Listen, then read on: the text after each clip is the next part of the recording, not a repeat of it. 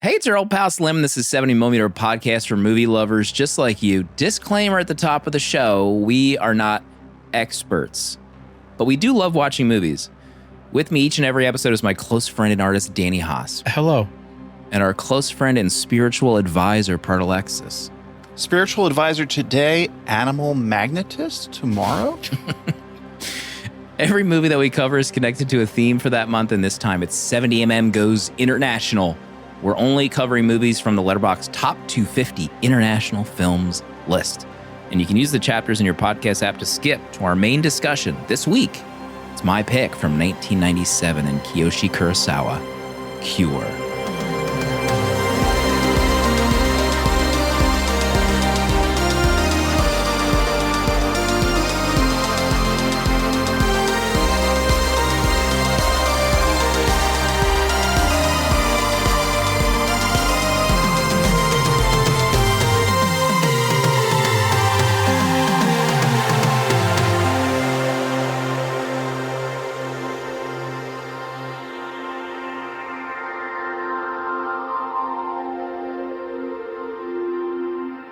But the big story tonight, fresh on my desk, off the wire, back in theaters this June, one of the greatest franchises ever. What? Jackass coming back. Yeah. Wait, with a new film? Brand new film, getting the band back together. Oh. Johnny Knoxville, fresh as ever. He's got great hair right now. Taking part. He's hosting like a TV show now, right? Is he? Host Fear Factor or something? Oh, that seemed about right, I guess. Anyway, they'll be back, Proto. Where were you when Jackass was on TV and in theaters? God. Way back.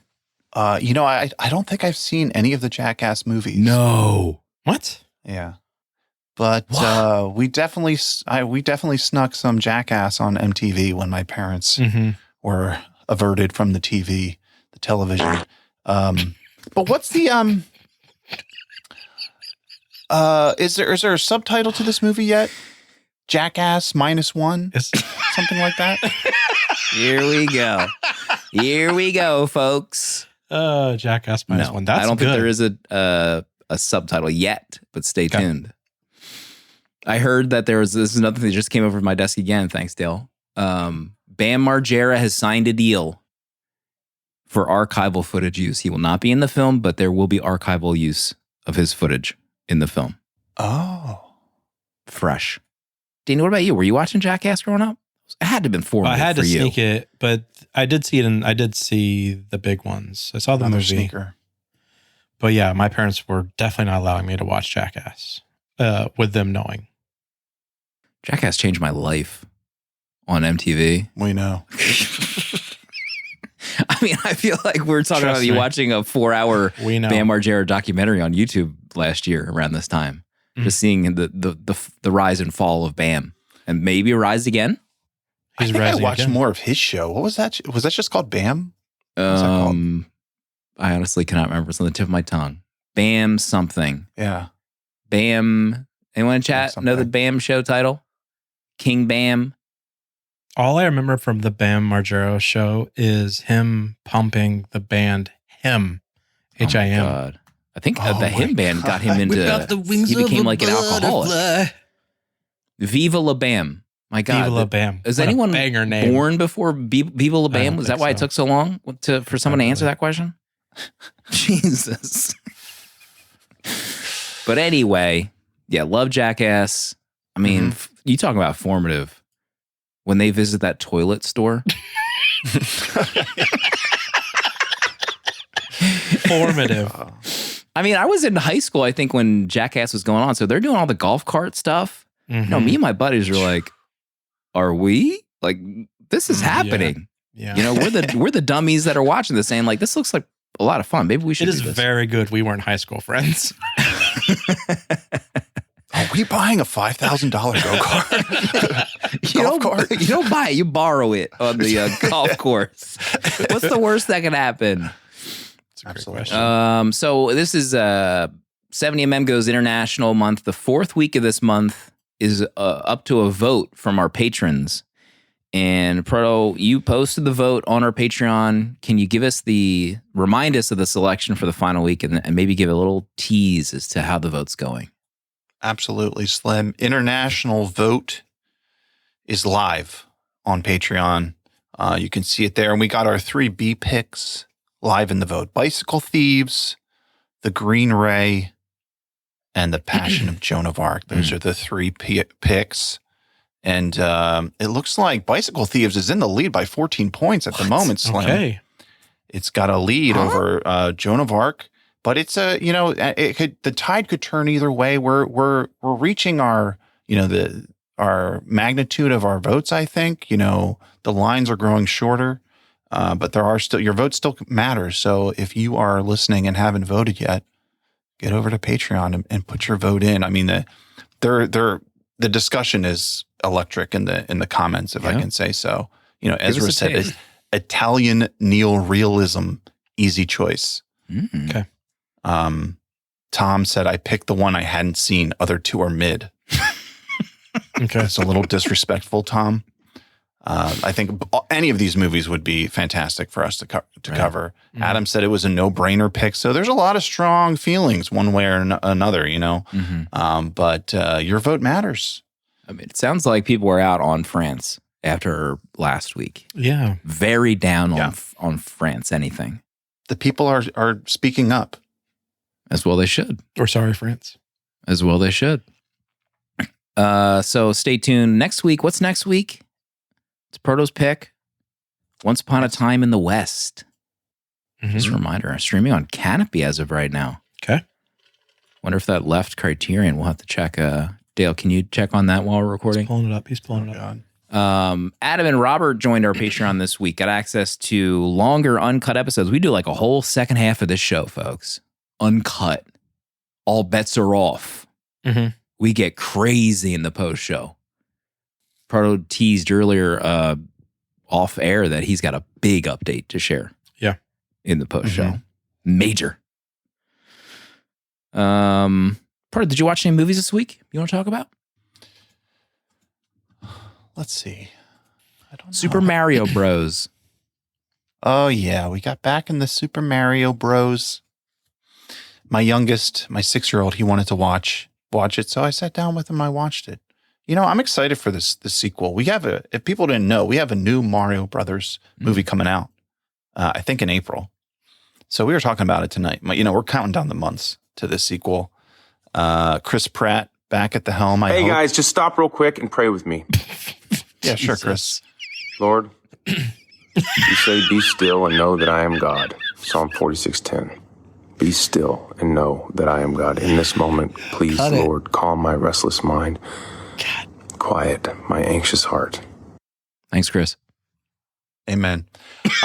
So Mario Brothers, April sequel. I think Josh Safdie is in it as well.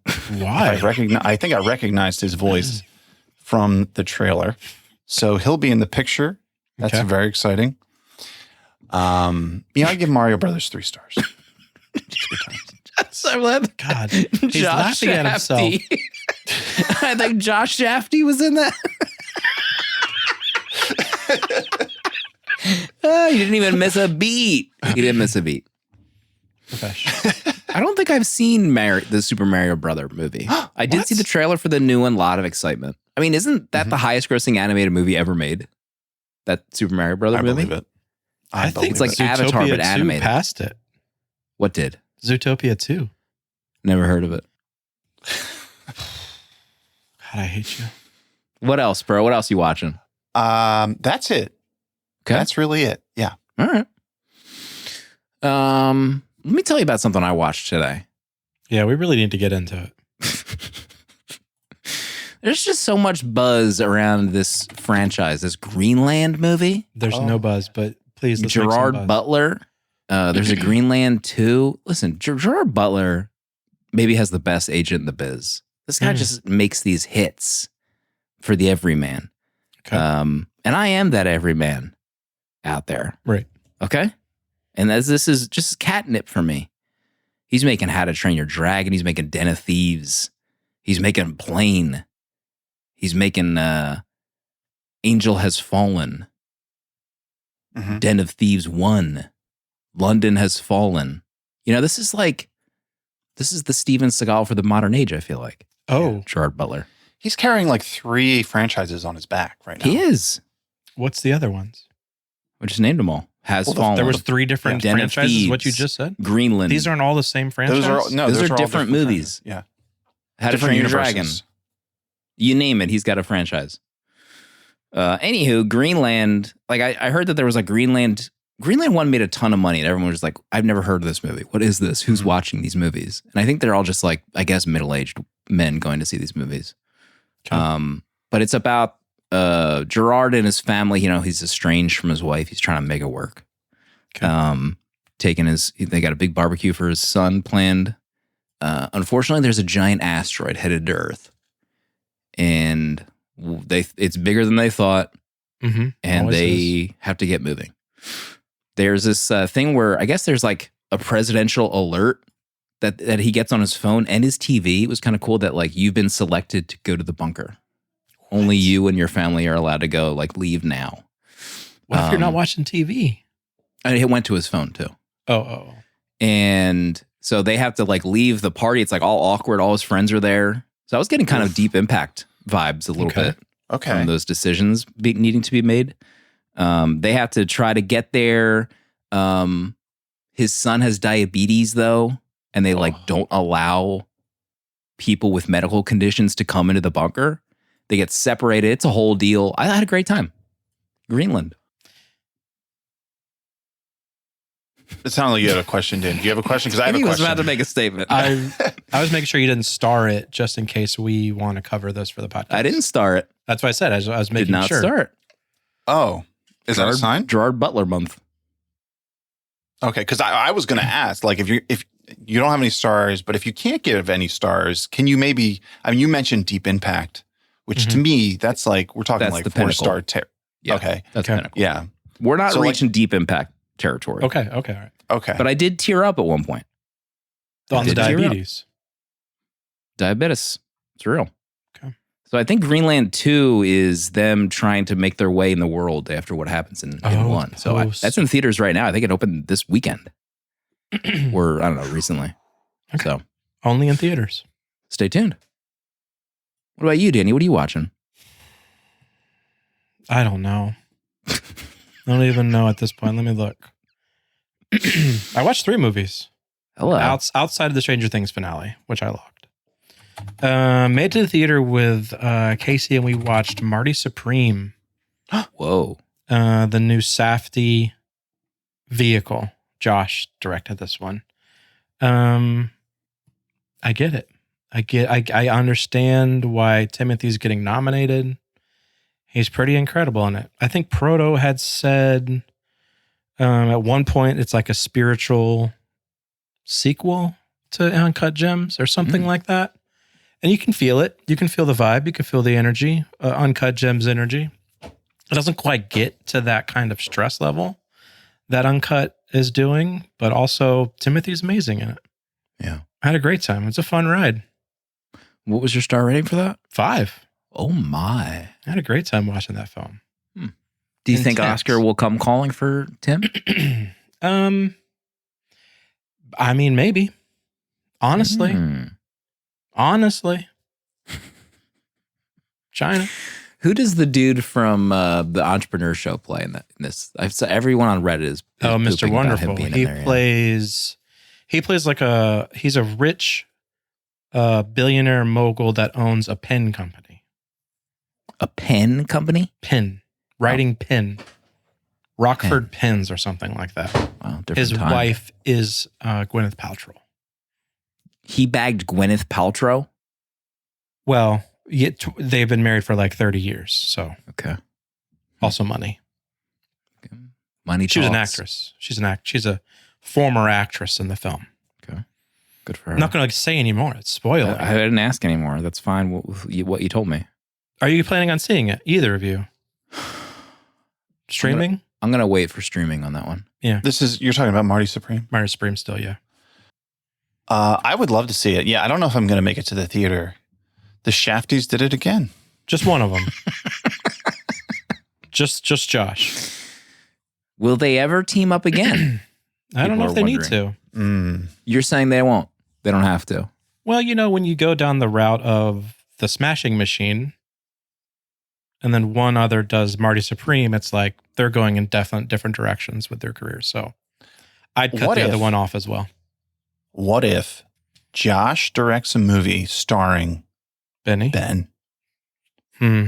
What if? It'd be interesting. I feel like Ben's more. He wants to be an actor. I get heavy actor vibes from him. I think he enjoys he likes being in front of He's in a lot of movies. Yeah, he really is. He's in the new Christopher Nolan, I think. He plays like one of the Centurions. Okay. Right? Spoilers. There's Centurions in that movie. Trailer spoilers. I never read the book, everybody. Sorry, before anyone attacks me. And he's Bowser Jr., like I mentioned earlier. He's working hard. He's a hard-working man. Working hard. I started my hater lovers movie 70mm journey this week. 52 movies, 52 weeks. This week, the theme was Lynchian, a Lynchian film. And I watched Cynic Douche New York. And I gave it 1 star. Schenectady, New York. Is it a real place? Cynic Douche. Phonetically, I said it. I apologize. I'm saving that star gif. Get into it. I mean, I did try to warn. You let me star this one. You let me star this one because you never want to cover this one on the podcast. We're not covering that movie. It's Charlie Kaufman directed, 2008. Phyllis Seymour Hoffman, Jennifer Jason Leigh, Michelle Williams, Tom Noonan. Big cast. I hated this film. I mean, Philip Seymour Hoffman really is incredible in it. Watching his performance is honestly the only reason I didn't DNF this one. Yeah. And I think it looks great. I mean, it still looks like a great film, but the whole surreal aspect of it, I could not connect with. I don't connect with surreal art in general. Needs to be real. It's a way of telling. It's a way of storytelling or something that I don't enjoy. And so this film is very surreal and it gets there real quick. And it's the entire film. So it wasn't my bag for this film, but it's, I'm off to my journey this year. I'm off to a good start, I think. Only way to go but up. For anyone who's considering driving off the road right now because of the conversation, I just want everyone to know, I love Cynic Douche. Yeah. I gave it 5 stars and a heart. Yeah. I thought it felt like part of me. I laughed the whole time. I had a delightful time. I'll cover it. You guys won't cover it. I'll make a new podcast and I'll cover myself. One of one with somebody. Just make it yourself on the other end. Just cut it together. All right. Is it time to get into the main course? Episode 293 from 1997, Cure. This was my pick for 70mm Goes International. Wow, what a month so far, folks. I agree. What a friggin' month. Bro, what's this movie all about?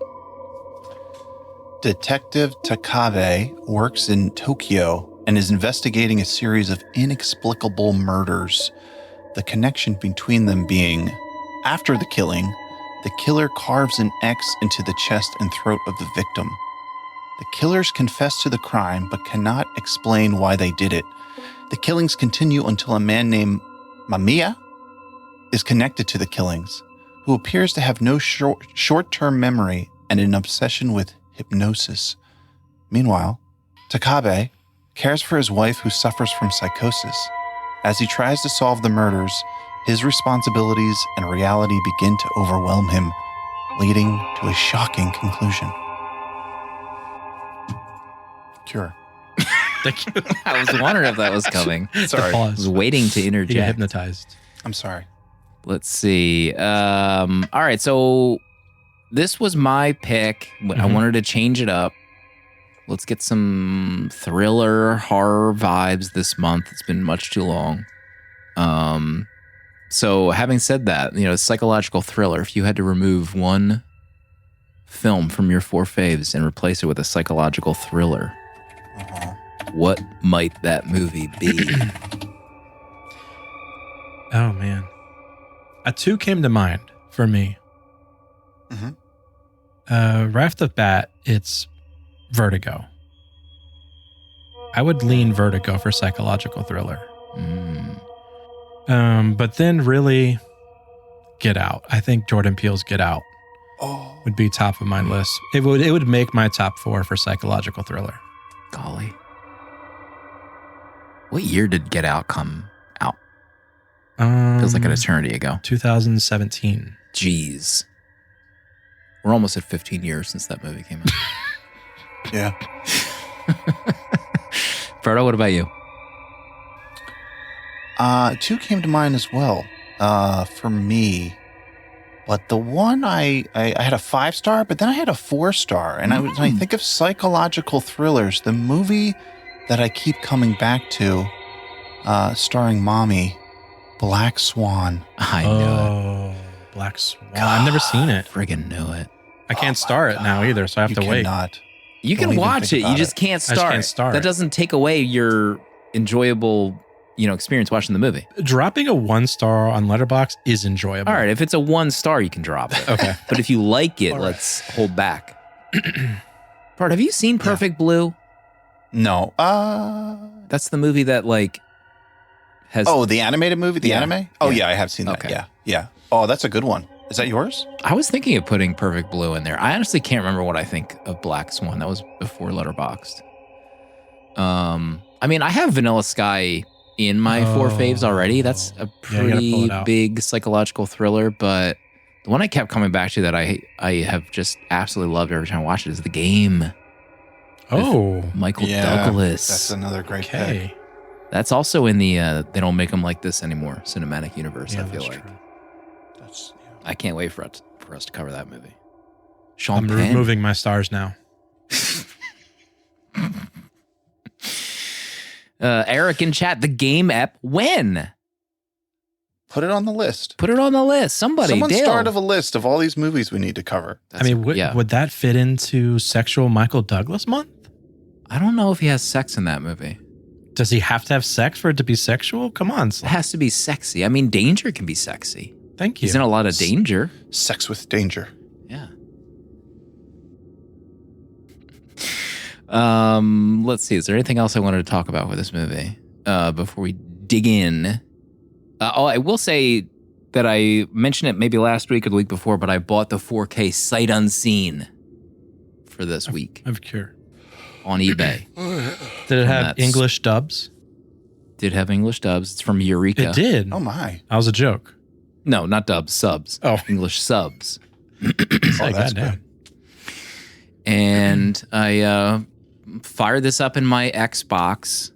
It's my only 4K player. Everybody, I know I need to get a other 4K player, but that's just what we're working with right now. Yeah. Same. And I won't complain about the Xbox controller buttons this time because I bought a remote.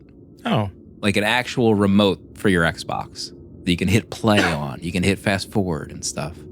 That's great. So that's a big moment for me. But the 4K looks insane.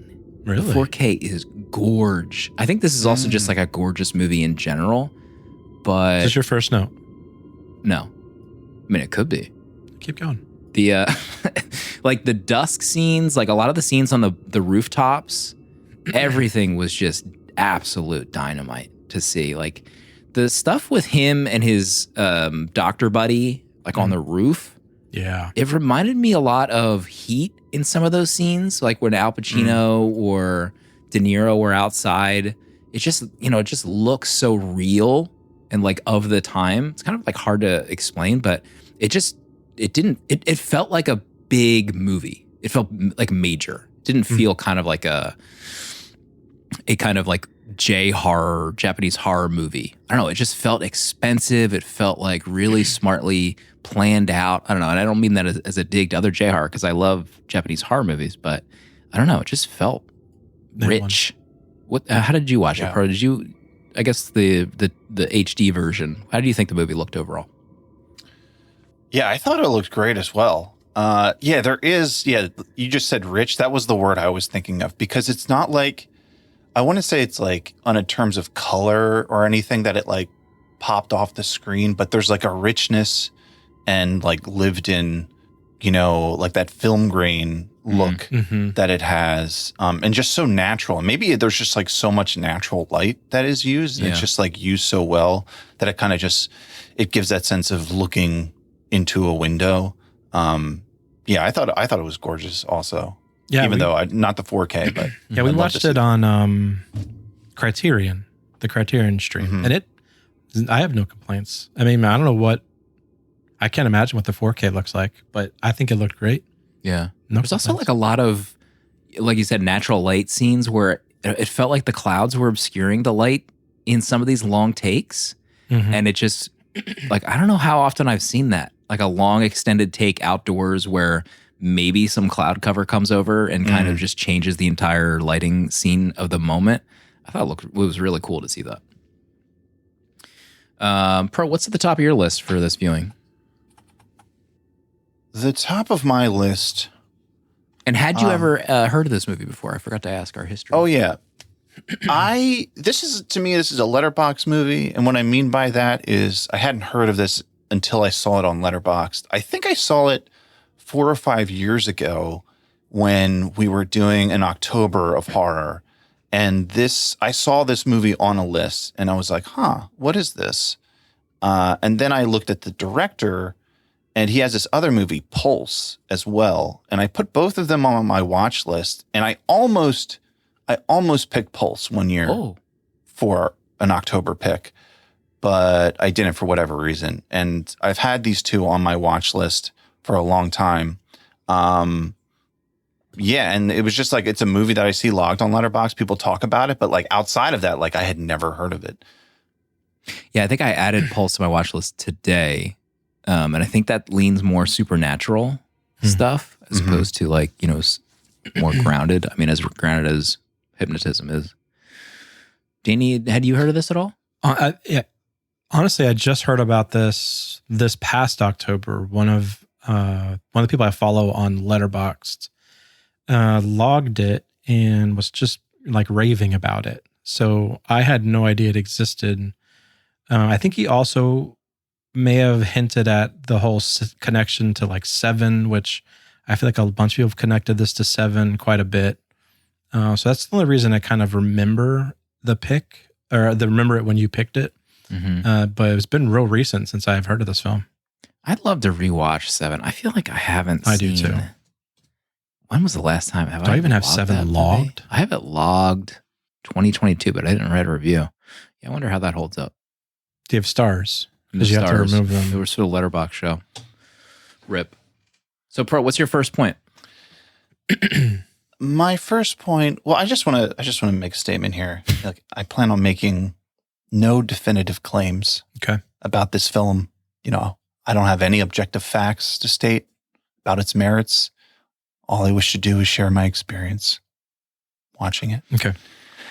And my first point is like I think how this movie is a mystery and like the central part of the movie is like determining what is going on with these murders, right? So you're like, and when you're following a detective in a movie, I think like I have like this expectation of where it's going to get to and like what I'm going to get out of it. And I guess the question I would want to ask you guys is like, how do you feel by like the end of this movie of what it gives you in terms of like an answer to like what was going on? Right. Because like ultimately we know that it's like, it's hypnotism, right? There's some kind of control over these people with this that Mamiya has, and then possibly Takabe by the end of it. but it doesn't like explain it doesn't go like deeper than that necessarily of like, what are like the mechanics of this, of like, how can somebody do this? Like, and like, why is it like murder that they do and all in the same way?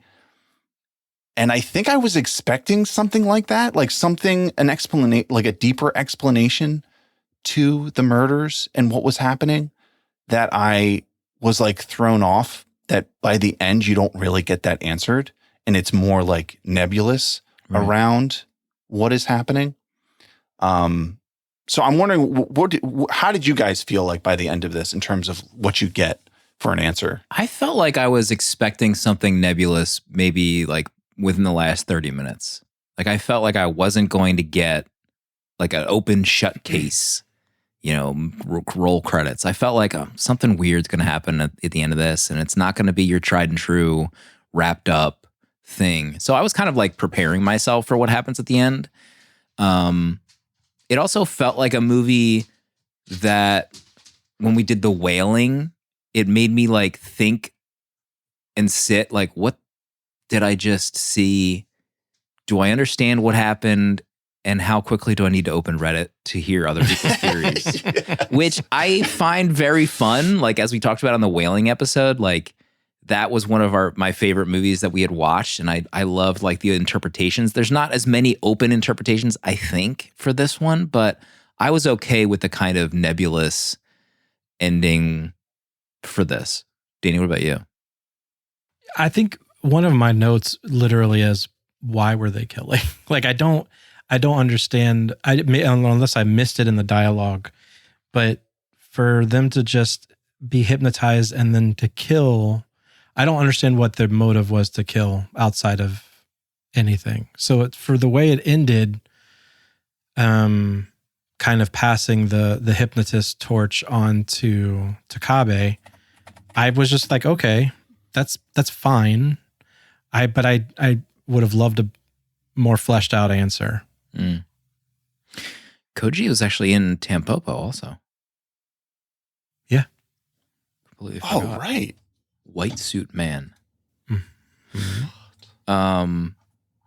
But I will say, like, about the ending, you almost like I did kind of feel that the detective was going to be changed by the end of the movie. Mm-hmm. Like I felt like there's no way that this ends well. The one thing, like, we'll probably get into the Reddit stuff a lot more, but the one thing I didn't realize until after was some people were theorizing that Mamiya had gotten to his wife before the movie started. Because if you notice, because she's acting just like him to start the movie. And she does that tapping. Right. And then there's the noise, like The table shakes.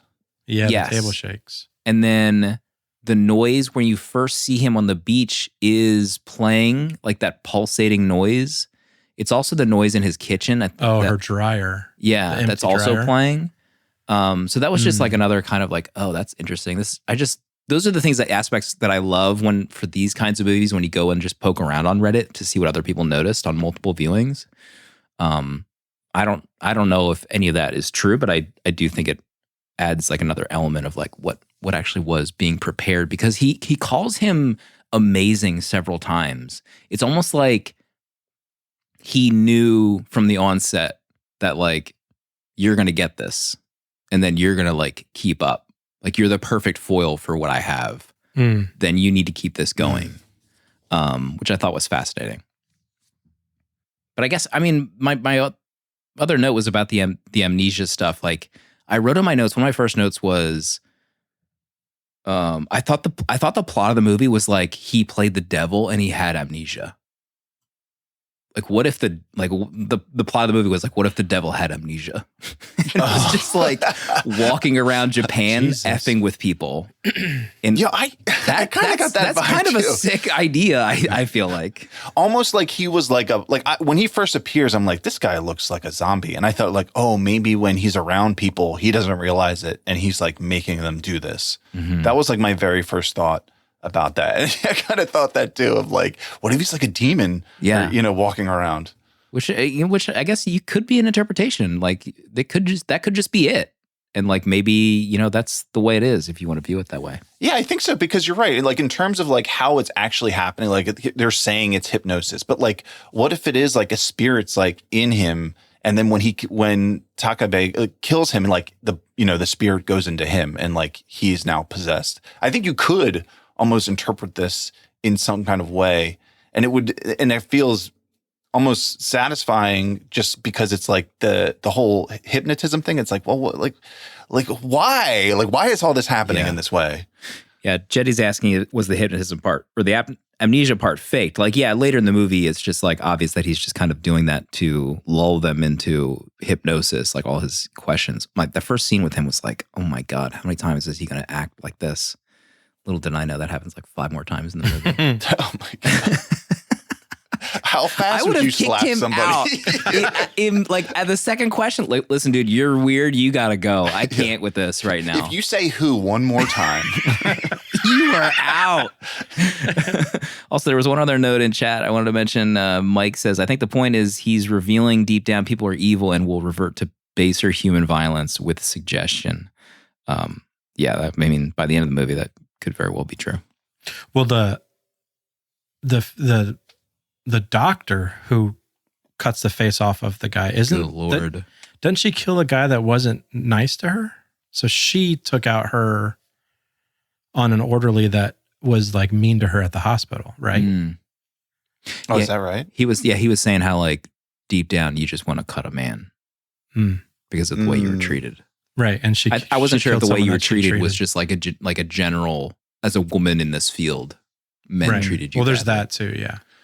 Oh, that's interesting, because then I think about it. Like, did all the murderers did they have a relationship to all the victims? Like, because she knew the orderly, the guy knew his wife. The first one was a prostitute, unless it's like a repeat sex worker that he's been with. Because that's kind of interesting. Of like, had they had some like malice at some point, like secretly for this person, and this hypnotism allows them to like act upon that, even know how small it might have been. Well, because I would assume that the detective kills his wife because he felt like she was holding him back, right? Like he wasn't living a full life because of what he had to deal with her. And who killed the doctor? They left it open-ended, but did the detective kill the doctor? They said he would like handcuffed himself and killed himself, but I didn't quite grasp that.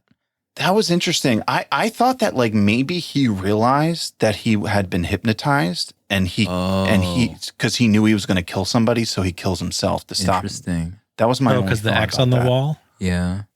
Yeah, like he knew he was too far gone. He was in too deep. Okay. But yeah, like you could say that you're right. Like everyone who did kill in this movie probably had those thoughts already, and he is just kind of opening that up to their like, their primal decisions. Danny? My first note is a little bit of a complaint about this film. So since October, and even when Proto talks about having it in like a Halloween thing, I came into this expecting horror, like a horror movie. And I didn't get that vibe at all from this film. I wouldn't even consider this a horror movie. And I think it really affected how I watched it, because I expected maybe something more in the lines of The Wailing. But when I think of Japanese horror, it feels like this isn't that. Like I was really annoyed, actually. Do you consider Seven a horror movie? No, I don't really. It's just more thriller, police procedural, which is what this really was. So I was really kind of let down with thinking that this was some sort of horror movie along those kind of like Japanese horror lines. And it really, in my opinion, it's not. And it really kind of bugged me, because I was really waiting for some shoe to drop that was something way more demonic or evil than just like hypnotism. And I really wasn't getting like possession vibes or devil vibes.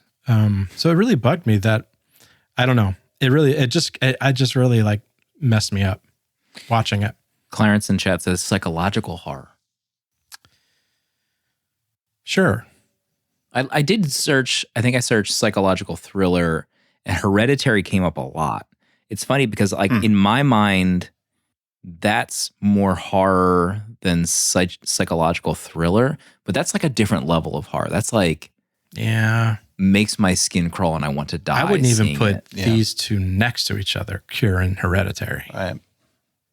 So I don't know. So it really skewed my view of this film coming into it, and it didn't meet expectations that I had set for some sort of Japanese horror film. And I think if I had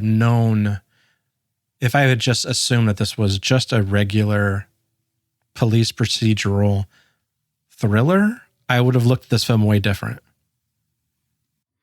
I feel similar to you. I had read some pretty over the top stuff about this movie, I think, in the past couple years.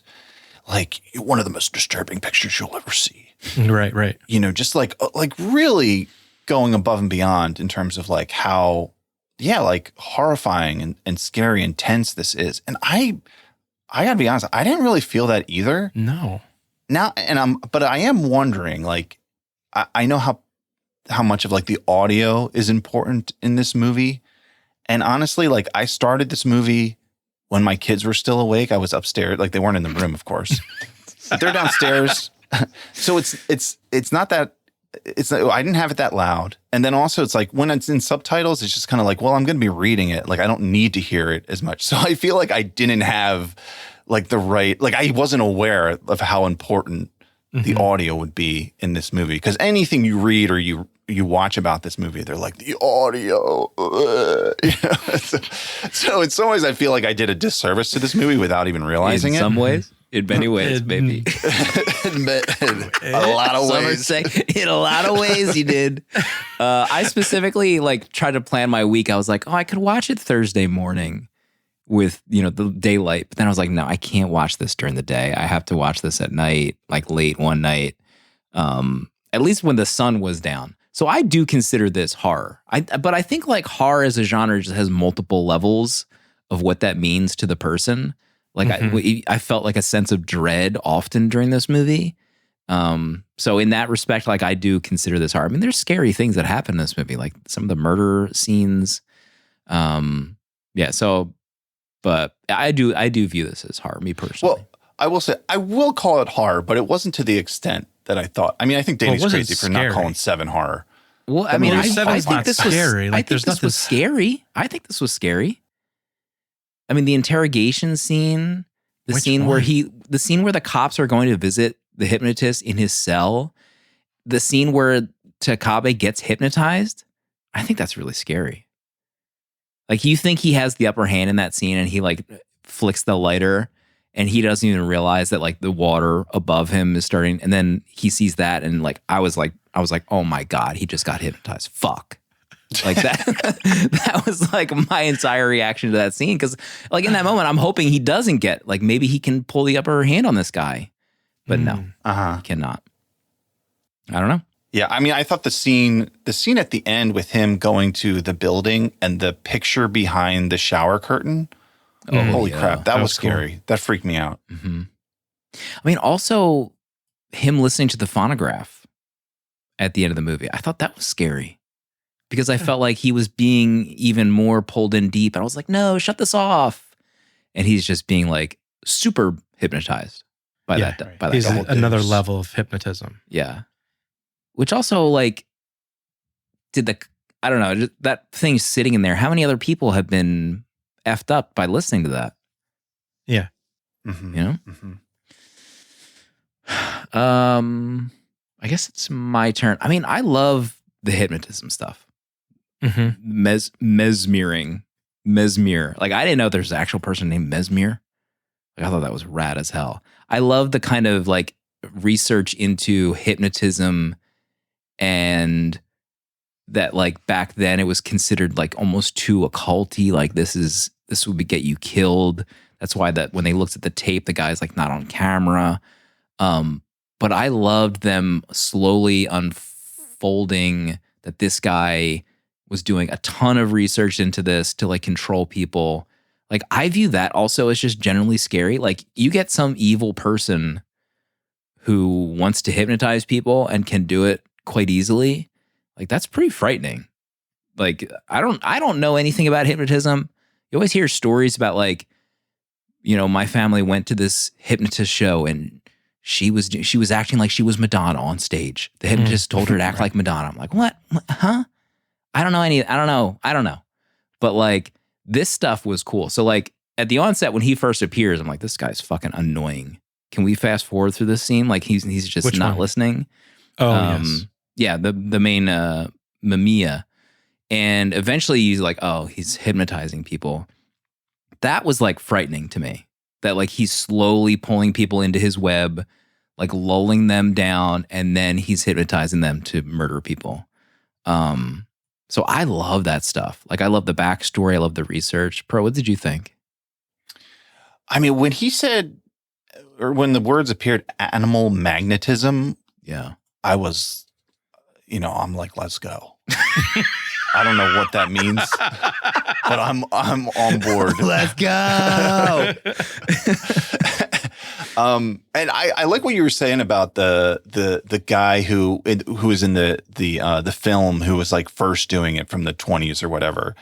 And I hadn't really considered of like, I kind of thought of him like, oh, he's a doctor doing research, but like the thought of what if he was like an evil doctor, and like it's like, no, he was purposefully developing this so that he could control people to kill other people.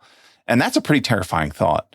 I kind of thought of it as like, oh, he's a doctor who's trying to do like research and he stumbles upon this ability, and regrets it or something. But the thought that like, no, he was like, yeah, I'm going to control people in this way, is wild. I think some of it, it's like, I wonder like, how does it work? Because at the end, when Mamiya, like he takes the stool and he's banging the radiator. That was rad. And I guess he's using that to then like get the guard to, is that how he gets? Yeah. He was using noise to like, to hypnotize people. Right. And like, that's how he escapes. But like, how? Like, what is actually happening that he can do that? If it was that easy to understand, we'd all be doing it, Proto. We can't know. I guess it's not safe for us to know. God. Wookie Shannon chat, check out Darren Brown. Dude can hypnotize people in seconds. That's what I don't understand. Is this real? Mm-hmm. Like, is this just David Copperfield smoke and mirrors? Or are people just, quote, so susceptible to being hypnotized and suggestion that they'll just do whatever? I don't know. I haven't done any research in this, but I want to. Oh no, I don't want you to. I mean, I don't want to learn it, but I want to like, is there It a good documentary on hypnotism? And is it a sham? Okay. Mythbusters. What did you think of the hypnotism angle, Danny, in this? I loved it. I think it's really cool. I loved it because it felt original. I don't think I've known another film that is like the baddie is using hypnotism to make people kill other people. It's either like, I don't know, if you have to deal with like superhero shit and it's just like, oh, he's using mind control. It's just like, it's always mind control. But this was like, it felt like Proto says, like, how's it work? But also it felt like, oh, this could happen. Like this could work. This isn't just some mutant power. What's the science behind this? What, I don't know. What is this being used for something now and we don't know it? Am I hypnotized now? It's like, yeah, it's just, it's a really cool aspect of the film. And I think it's also filmed really well. I think, Kurosawa does a really good job of not just, kind of giving us a baddie who's using hypnotism. The performances when they're getting hypnotized is great, but also the editing of the film looks really cool when Takabe's getting hypnotized himself, or he's like flashing in and out of like scenes and stuff that he's seen. Because a part of it, I mean, I know I made a joke about Cynic Douche being surreal. This has that kind of surreal, I got that like feeling watching this of like, I'm lulling into something. watching this film. So I think it's a really cool aspect of a baddie. Yeah, the scene where the doctor gets hypnotized was nuts. When he's talking about the water, and then the water slowly inches towards her. Yeah. That was bonkers. Pro, next on your list? Let's talk about Takabe and his relationship with his wife. So I watched there was 2 videos that I watched after this. One was from Mubi. I watched it on YouTube called Creating the Scariest Non-Film Horror. It's by Spakima Movies. And then there was one on Criterion as well called There Is No Cure. And it was like a 15-minute video essay. And I think they were both really enlightening about this movie and like what was just going on. And again, like the sound stuff, I feel like I didn't pick up on it because I didn't hear it as closely. But the way they in these videos they talk about the sound around Takabe, specifically like the washer machine and how that's used, not just in the scenes when he's at his apartment, which it's like always running, but then like even in other scenes, like when they interrogate the police officer who killed his partner, like the washing machine is playing there, and it's playing at other scenes with him, and just like how that character and his relationship to his wife, how that's displayed and like devolves and changes. The way it's described of him like coming into the house and he turning it off, and then she goes back and turning it on, and how that relates to her psychosis. There's just like so many things there that I feel like there was a lot that I didn't pick up on. But the stuff that I did about just like this character and like his journey in this movie is pretty incredible. Yeah. I thought. There's one thing that I read, and maybe it was in one of your videos, but like how he had never finished a meal in any of his scenes until the last scene. He's finally like content and happy, and he's like, he finishes a meal, which I thought was fascinating. After his wife was murdered. Yeah. Right. The one thing that I wish, like another reason why I lean on watching like movies on Apple TV or like rentals, like watching a movie with AirPods in is fantastic. Like that is some of the best audio experience you can have. So when I watched it on my, Xbox, I guess I could have put my Xbox headphones on. Yeah, you could have. All right, cutting this all out. No, you leave it in. Leave this shit in. Yeah, I got to try this. You got to do try it. the earphones. Yeah. I mean, there's even a setting where like you can set it so that the audio from the TV is like spatial audio. So if you turn your head, the audio just shifts to whatever ear is facing the TV. So it's like an actual movie theater. Something to think about. Interesting. How about the scenes with him and like the like hallucination scene? Ugh. When he comes back to the house and he sees his wife. That was, I feel like that's the closest thing to a jump scare. Yeah. That was like, awful. That was pretty intense. And like the way that like it cut in moments as like almost like memories, like flashing memories that he was having. I think in terms of like the element of hypnotism and how that was used in this was really great. Mm-hmm. I think what made that scene also like really powerful is when it cuts to her actually standing in the kitchen. It feels almost as jarring as seeing her hanging from the ceiling. There's something about that, like when he sees her body, it's like dead silent, and it's just his voice or his reaction. But when it cuts back to her, there's like this hum that's like a visceral sound when she's just like standing in the kitchen, like, what are you doing on your knees? Yeah. That scene's Maybe brutal. he was even more frightened that she was still alive. Maybe like the actual like suicide is like, maybe he's like, here we go, finally. You think he was celebrating? It was like a touchdown. Maybe dance. like maybe him seeing her in real life, he's like, crap, you're alive. back. Yeah. I mean, yeah, maybe he had that thought so much of coming home and her being dead, and maybe it's like hoping a fantasy for it. of his. Oh my God. I mean, I don't know what people go through in that situation. He's taking care of his wife with, what she's got going on. I'm sure people are like, my life would be a lot better if this wasn't happening. I'm sure that's a regular thought. Right. And maybe that's how it happens for all these characters. Like when they get hypnotized, they start having like these flashes of what could be, if they do this thing. My life would be a lot better if this idiot cop wasn't in this box with me 9 hours a day. That's a great point. Telling me not to smoke a If cigarette. this prostitute didn't give me chlamydia, Oh, I'd be having a better day. oh, Probably with that. I'm just Okay. inferring what happened with that. With those. Yeah. I don't know. yeah. Danny? Koji Yakusho is brilliant in this film. I think he's an incredible actor.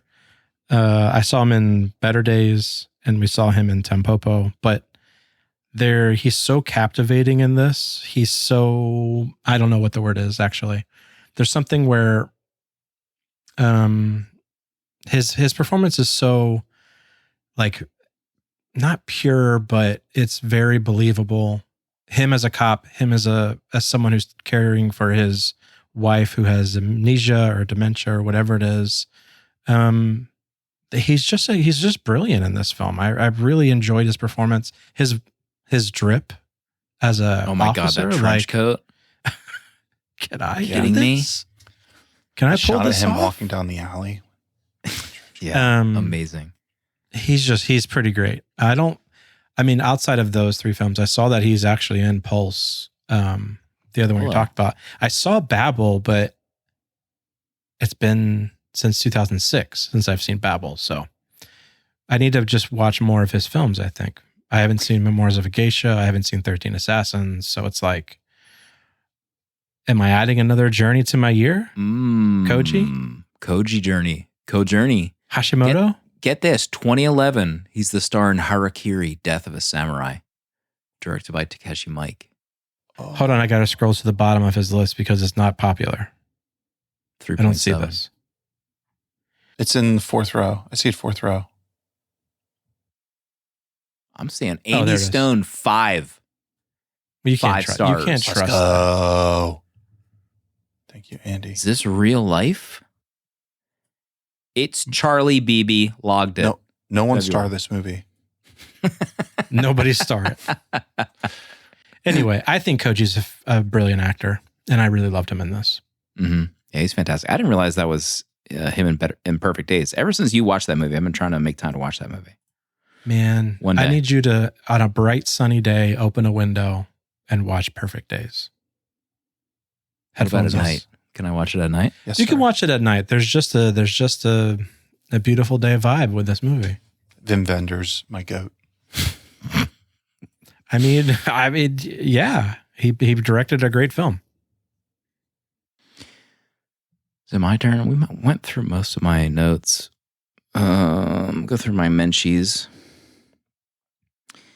How about that TV in the police station? Did you catch that? That CRT television? No, I missed it. Yeah. Oh my God. I kept trying to catch what his watch was, but I couldn't get a good shot of it. I need to make moves. Did I link to that like Green's CRT that I found on Facebook Marketplace? Honestly, I'm sick of your links. Just buy a fucking TV. Let me just see if I can find it again. I need to. Is it still for sale? Oh yeah, green screen monochrome CRT computer monitor. What? Imagine me watching VHS tapes on a green screen monochrome TV. Stop yapping about it. Seriously. Do something. Just do something. How about reading a newspaper at the kitchen table? We need to go back. I looked, what? Oh, after the post. After I watched the post, I'm like, can I get the newspaper at my house? It's expensive. How much is it?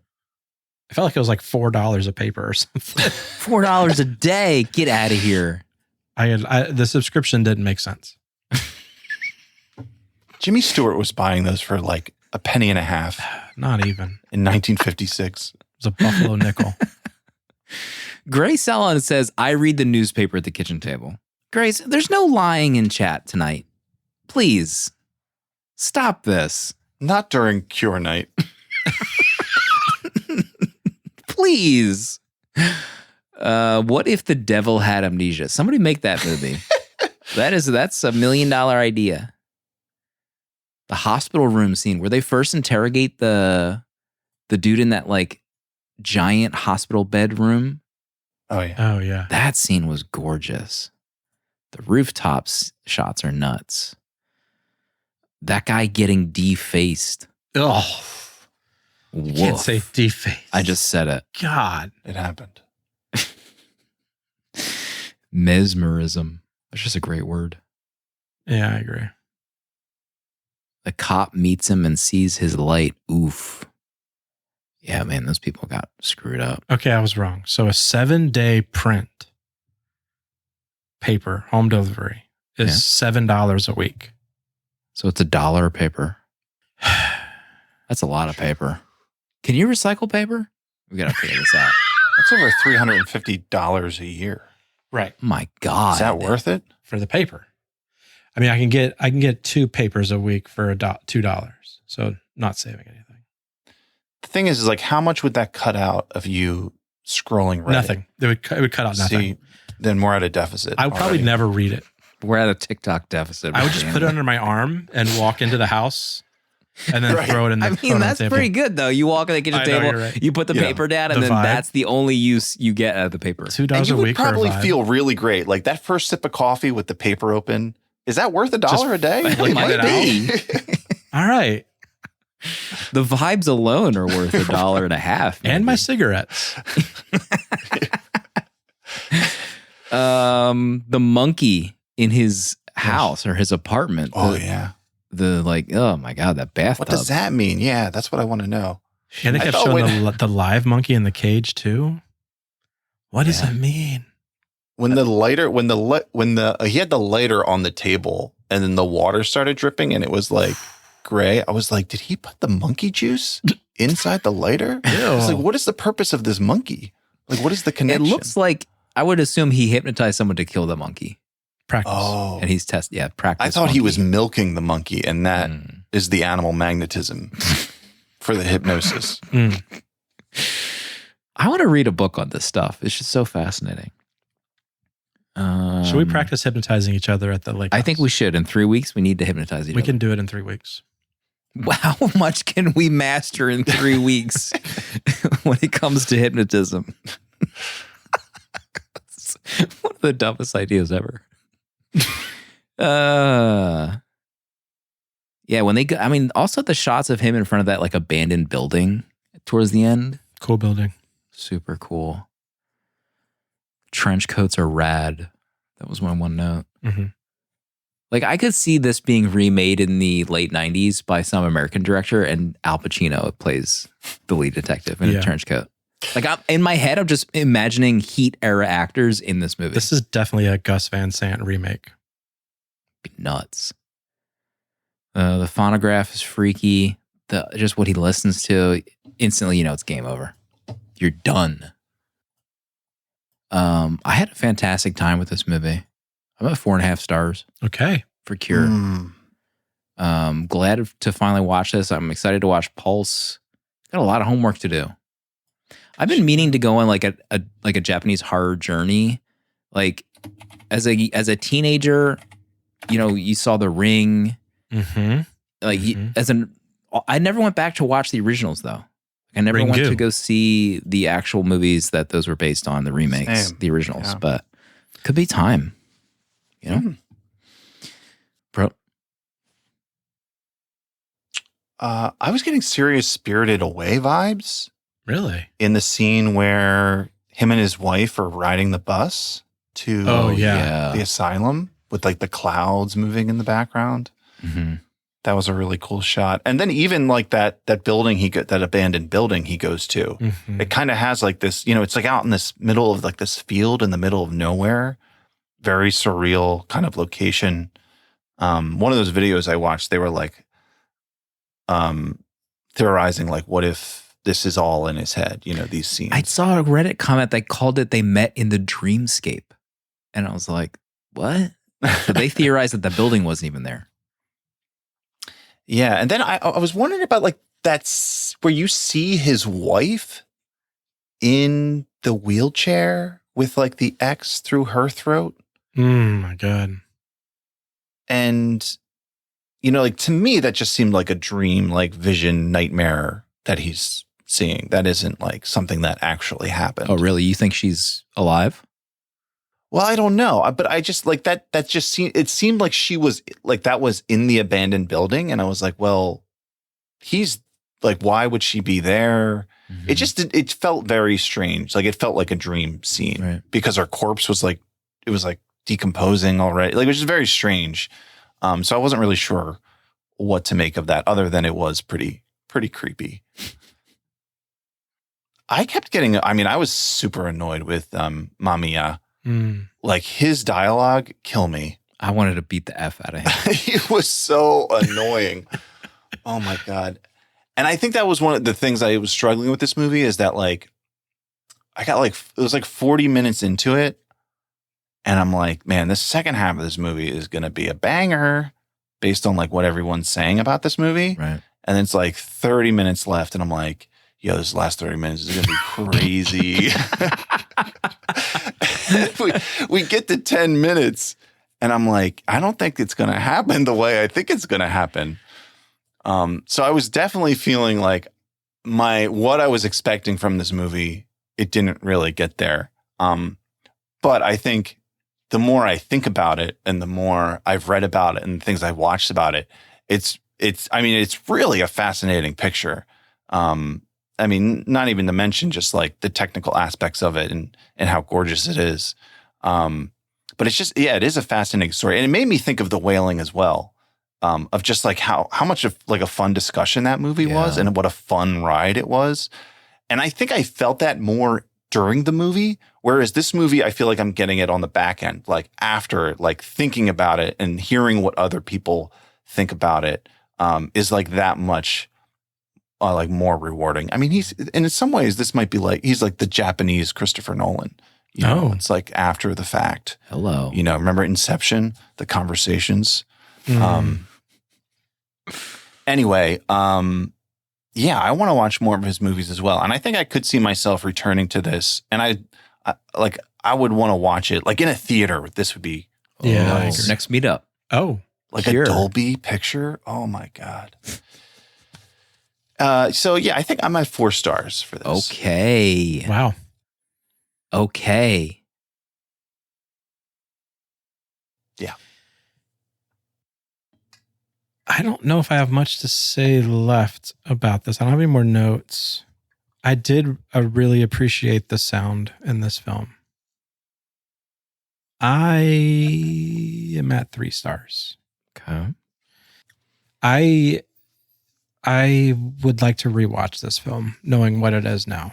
And I think I'll probably come around on it a little more, but for now, I'm going to stick with 3. I had a good time, and there's a lot to love about this film, but I blame Letterboxd. It's so funny too. Like, I think there's like a perception previewing. I didn't read anything. I read the synopsis, and that was it. I don't even know if I looked at star ratings. Remember, I think I said like 5, or was that for Sherber? I don't know, but I wasn't really reading anything. So 99% of this movie was just like, I don't know what's going to happen. I don't have any kind of preconceived notions. I expected to be scared and horror, and I expected the wrong things, and I was in the wrong headspace for this film. That's just the truth. Thank you for your apology. I am apologizing. Accepted. Thank you. We do have a voicemail to listen to before we wrap up tonight, and one letter. So let's listen to that right meow. Hey, it's Kelly. I'm Yuri949 on the Discord. I'm one of the 20,000 people who joined up last week. I was going to send an email, but I recently listened to your 1917 episode. And in that, Slim said that he preferred a voicemail because then he didn't have to do the work of reading the email. So I have jumped out of my comfort zone, and here we are. I've been listening to 70mm for a long time, since the Coherence episode. Oh my gosh. I found you. And I made a list of movies that you've covered and I haven't seen, and I've been slowly working through them. But for me to watch a film is very deliberate because I don't have a television. Okay. I actually don't have internet at my house. So if I want to watch a movie, I put the DVD on hold at my local library, support your local library. Yep. And then I bought an external disk drive so that I can watch it on my laptop. And Whatever then it takes. after that, I listened to the episode the next day in the office at work, and I'm often stifling uncontrollable giggles because you guys are so funny. Some of my favorite things are whenever Slim reminds us that this is a safe space and to let it out. And whenever Proto has a great time with a movie and then gives it 2 stars. And whenever Danny, as a side comment, says, "Excuse me," or "Stay tuned," or the more rare, "God bless." It's the best. I can't get enough. You guys are my ultimate comfort listen. Also, you guys are in my generation. I think that Danny and I are the same age. So your nostalgia hits me just right. I also love that you guys aren't experts. There are too many experts out there. Everyman. So thank you for helping mitigate that problem. Ultimately, I think that 70 millimeter is more than just a podcast. With the village, the journeys, the community, the artwork, the meetups, it's like a cultural experience, and I'm so happy to finally be a part of it. I wish I had joined up earlier. So thanks, and I'll see you in the village. Bye. Oh my God, voicemail of the year. My gosh. Kelly. 1 week into January, voicemail of the year. Shut it down. No more VMs for the rest of the year. Can't be topped. Thank you, Kelly. Lots to digest from that VM, all of it good. I think the getting out of our comfort zone is like, I mean, that's one of the reasons why we chose this month. You know, because we felt like we were in our comfort zone for, I think, quite a while with some of our movies. So let's try something different. What a VM, support local. How about when we both said support local at the same exact time? Kismet. What a process too. Supporting local, getting the DVD, no internet, no TV. God bless. What a time. Do you think Kelly reads the paper? Oh, she definitely has a subscription to the paper. Right? And she probably starts with the funny pages. The Herald. Kelly, confirm to us whenever you're listening to this if you get the paper, please. Let's see. One final note. Subject line, gasoline cologne. Okay. Honestly, the discourse around gasoline vapes, maybe top 5 discourse in the history of this show. We touched on something last week that was very special. This comes from a dear friend of ours, Catcher. There's a great local pizza shop near my place that makes their own garlic-infused olive oil that you can brush on the pizza yourself after you receive your order. It's delicious. Oh. That much freedom always leads to me putting way too much on, which means I'm always left with the intense garlic aroma trapped in my beard for hours if it's not washed out. I think it's awesome and once had the thought that it should be bottled as a cologne. I know the people around me would hate it, but that smell is exactly what I imagine heaven smells like. I was reminded of this idea after hearing your discussion last week about gasoline cologne and was instantly curious to know if there are other weird-ass smells you guys wish you could get in aerosol form. Love you guys. Garlic-infused Catcher in Canada. My wife makes fun of me all the time, but anytime we go to somewhere to eat or she gives me something to try, I have to smell it first. I can't ingest something without smelling it. It's like I don't know if it's a quirk of mine. But man, what else? Danny, do you have any smells that you would want in aerosol form? I don't know. That's fascinating. Danny in chat says paint thinner. Nope. Nope, Danny. I don't. If our Danny's not into gasoline, I don't think he's going to be into paint thinner. No. I don't know what it could be. I would say the way this is kind of weird, but the way my grandmom's house smelled, sometimes I smell it. and I don't know what makes it happen. I mean, it's definitely a combination of like 50 years of smoking cigarettes, but then like something else, like the furniture in their house. Maybe that's what it is like the smell of like furniture emitting cigarette vapor for 30 years. Yeah. But like whenever I smell that, like if I could, because the power of smell and memory is something to hold. Sometimes I'll smell something and I'll remember a time and I don't even know what the smell is, but it's like, that was a box that I sniffed when I was 6 years old. You know, like I have a memory of this. It's so weird. And I've only smelled it like twice before in my life. So those are the things that come to mind for me. I think the only other one that comes to mind is old brown pages of a book. That old book smell. You got to smell old comic when you're reading. My God, an old comic? Put it up to your nose.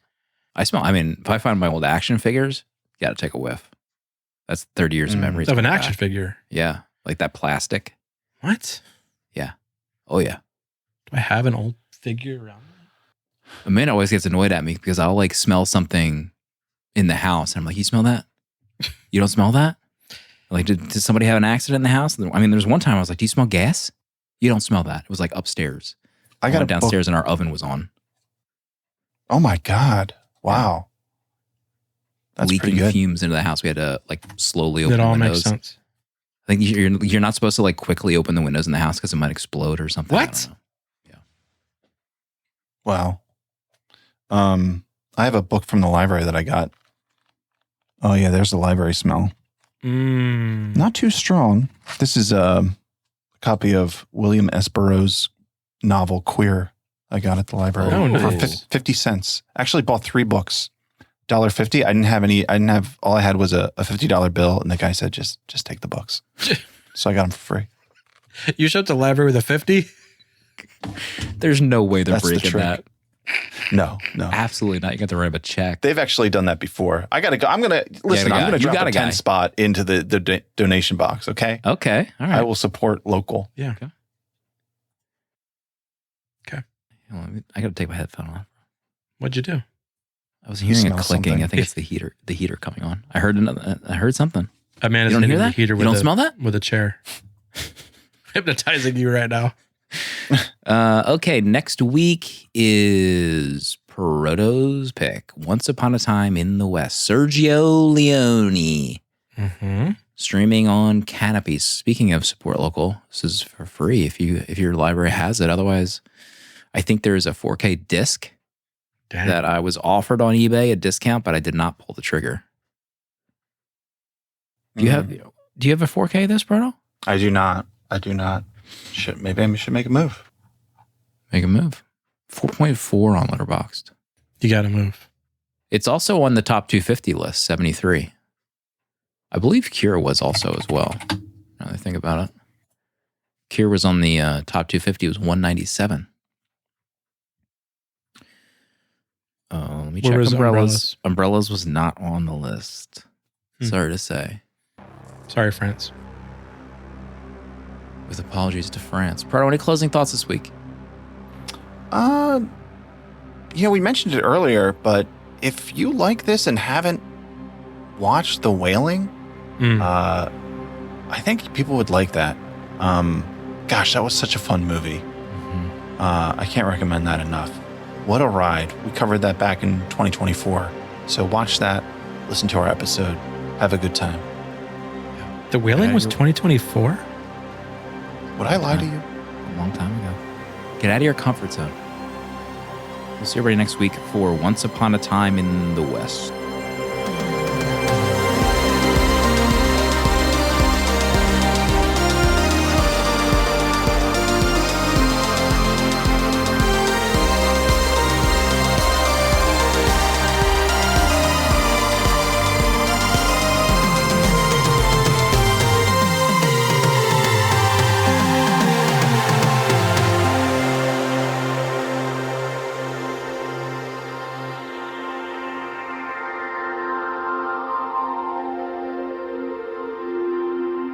$70mm is a tape deck production featuring original artwork provided by Danny Haas.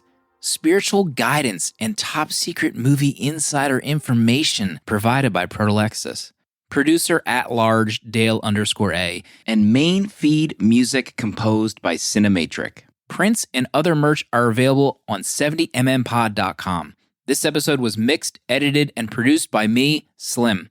Support our Patreon for access to longer, uncut episodes, our VHS Village Discord to talk movies with new friends, access to exclusive episodes from the 70mm vault, discounts on merch, and a physical membership card mailed to you. To check out other Tape Deck podcasts, find the link in our episode notes. We're on Instagram, but that's about it. Goodbye. This is a Tape Deck podcast.